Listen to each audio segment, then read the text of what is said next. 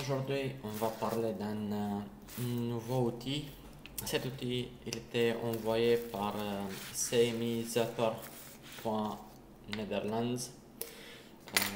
Alors, de quoi il s'agit et pourquoi ils me l'ont envoyé, je sais pas. Ils ont vu que j'ai fait des vidéos sur YouTube, donc ils se sont dit, ben, on va l'envoyer. De toute façon, on voit qu'il aime bien les nouvelles outils, même si il aura une utilité ou pas. Donc, de quoi il s'agit? C'est un petit outil, on dirait une petite clé USB. Alors, à quoi ça sert? Quand on fait un diagnostic, par exemple, on a une carte mère comme celle-là, on ne l'a pas montée dans un appareil, on branche l'électricité et d'habitude on voit qu'il y a le ventilo qui tourne. Par contre, sur les nouveaux, bon, pas sur les nouveaux, on va dire à partir de 2015, les Mac, il n'y a pas tous qui vont mettre le ventilo en marche dès qu'il y a de l'électricité ou dès qu'il démarre. Donc ça peut tromper un peu notre façon de voir s'il démarre ou il ne démarre pas sans avoir un écran, sans être branché sur quelque chose. Jusque-là, pour me rendre compte si cela fonctionne, donc en fait, je vais prendre une carte mère du MacBook Pro 2015.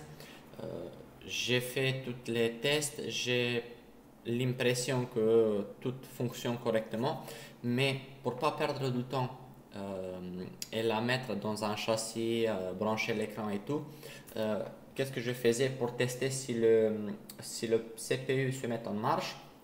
Je prenais une clé USB comme celle-ci, une plus grande. Je l'ai branchée sur un port USB et au bout de, allez, on va dire 30 secondes, on voyait si la petite lumière clignote. Si il clignotait, ça veut dire qu'il commence à démarrer, il demande de l'information, donc la ligne de data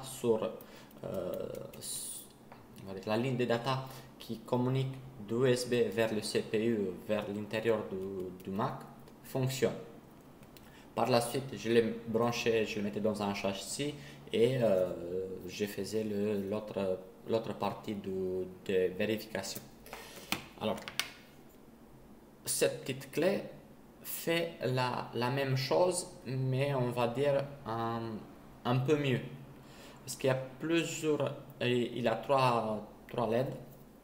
Et sur celle-là, donc, il nous dit si la ligne de 5 volts qui est nécessaire au démarrage, elle fonctionne.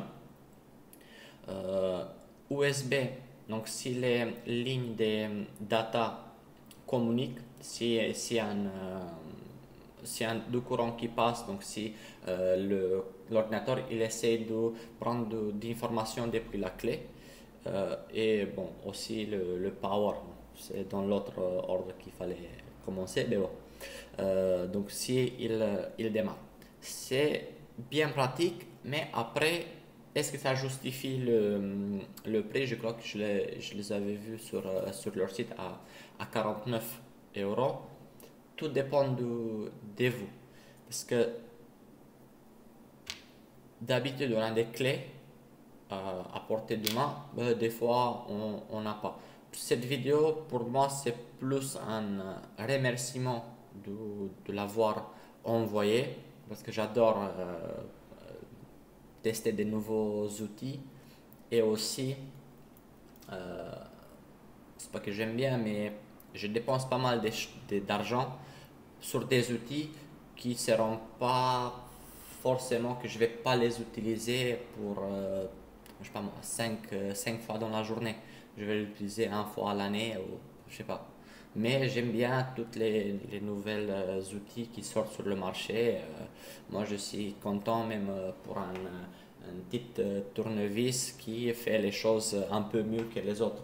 Par exemple, celle-là de Qianli, c'est un Triwing. Ça coûte environ 10 euros. Mais c'est un simple tournevis, tu le trouves à 1,50 € d'habitude. Mais celle-là, je l'aime bien parce que on voit que c'est de qualité et ils ont mis le temps pour faire un produit de qualité. Donc, pareil pour cela. Je vais vous montrer un peu qu'est-ce que ça donne sur le microscope. Donc, c'est un circuit assez simple. Donc là, ici, on voit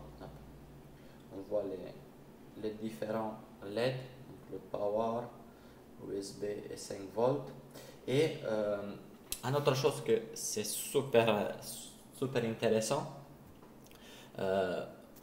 ils ont mis les LED des deux côtés. Donc vous voyez d'un côté comme de l'autre. Donc ils ont percé la carte et ils ont fait des petits trous pour qu'on voit les LED. Ça, et là je vais vous montrer sur un ordinateur qui fonctionne qu'est-ce que ça donne. Bon, je choisis le plus grand que j'avais, bien sûr, sinon c'est pas drôle. Donc il n'y a rien qui est démarré. Hop. Et voilà, déjà on a les deux LED qui sont là, qui fonctionnent. Et par la suite, on verra une fois il commence à démarrer, on doit y avoir le troisième, celle du milieu, qui commence qui va s'allumer aussi. Voilà. Donc, vous voyez, ça clignote. Donc ça veut dire que la communication entre l'USB et le CPU se fait. Comme vous voyez, c'est un ordinateur qui démarre. Voilà, ça peut simplifier les choses dans le diagnostic. Aussi, une autre chose, parce que on va prendre un troisième cas où vous n'avez pas de clé USB à portée de main, où vous avez une clé USB qui, par exemple, n'a pas des petites LED. Il n'y a pas toutes les clés qui ont ça. Mais par contre, vous avez un boîtier USB. Attention, celle-là, il peut vous tromper. Je l'ai fait une fois ou deux fois comme ça. Je l'ai mis sur la carte mère et il y avait le petit LED qui s'allumait. Et je dis, bon, c'est bon, le CPU fonctionne. Donc je mets la carte mère dans le châssis. Surprise, après, ben, ça ne marche pas. Pourquoi? Parce que celle-là, il a détecté en fait les 5 volts. Donc il commence à démarrer. Il est alimenté, mais par la suite n'a pas de liaison avec le CPU. Donc il sera allumé, peu importe, tant qu'il y a une électricité, même si le CPU ne fonctionne pas. Parce que des fois, un Mac peut, soi-disant, démarrer, mais le CPU il est en défaut, il va pas démarrer. Donc il fait un semi-démarrage, on va dire. Donc, voilà, c'était pour la partie de diagnostic, on va dire. C'est plus pour ça qu'on les a. Donc, après, c'est à vous de voir si c'est quelque chose qui vous intéresse. Comme je dis, ils m'ont envoyé ça en cadeau. Je ne l'ai pas demandé. Ils ne m'ont pas demandé de faire une vidéo. Mais je suppose qu'ils ont pensé, vu que j'avais fait des vidéos déjà avec leur GPU killer, avec un petit module qui désactive la carte graphique sur les 2011, sur les 15 pouces de 2011. C'est pour ça peut-être qu'ils l'ont envoyé.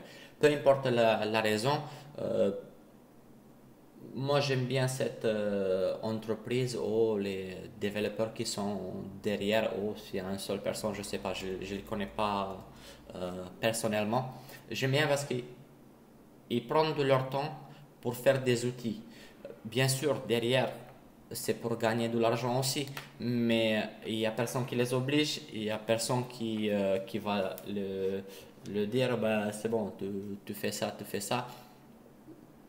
Je vois que, oh, j'ai l'impression que d'un côté, sont des passionnés de ce qu'ils font, et pour ceux qui travaillent comme moi que dans les Mac, c'est des outils qui dépannent pas mal et ça nous fait gagner du temps. Certains ils sont plus chers, certains ils sont moins chers, mais après, de toute façon, si tu es une entreprise ou t'as une entreprise comme moi, derrière, tu vas faire tes prix en fonction de pièces ou de combien ça te coûte les choses à faire. Donc, à la fin, à, à voir. Et c'est tout pour cette vidéo. Je, je m'approche des 1000 abonnés ici sur YouTube. Donc n'hésitez pas si vous voulez me poser des questions, on va dire un peu personnelles. Je vais faire une vidéo pour 1000 abonnés où je vais raconter un peu l'histoire, comment je suis arrivé à faire ça, comment j'ai arrivé à le faire, comment je l'ai appris et où je suis aujourd'hui et au bout de combien de temps je suis arrivé à avoir une petite entreprise qui tourne, on va dire, correctement dans le milieu de réparation de la microsoudure sur des appareils Apple. Soit vous les envoyez par exemple euh, dans les commentaires, vous pouvez sinon m'envoyer même des messages, ceux qui sont sur le groupe Apple en panne, ils ont mes coordonnées ou ils peuvent m'envoyer un message en privé. Il n'y a pas de souci, je vais faire une petite liste avec les questions à répondre et je vais essayer de faire une vidéo après les 1000 abonnés. À bientôt.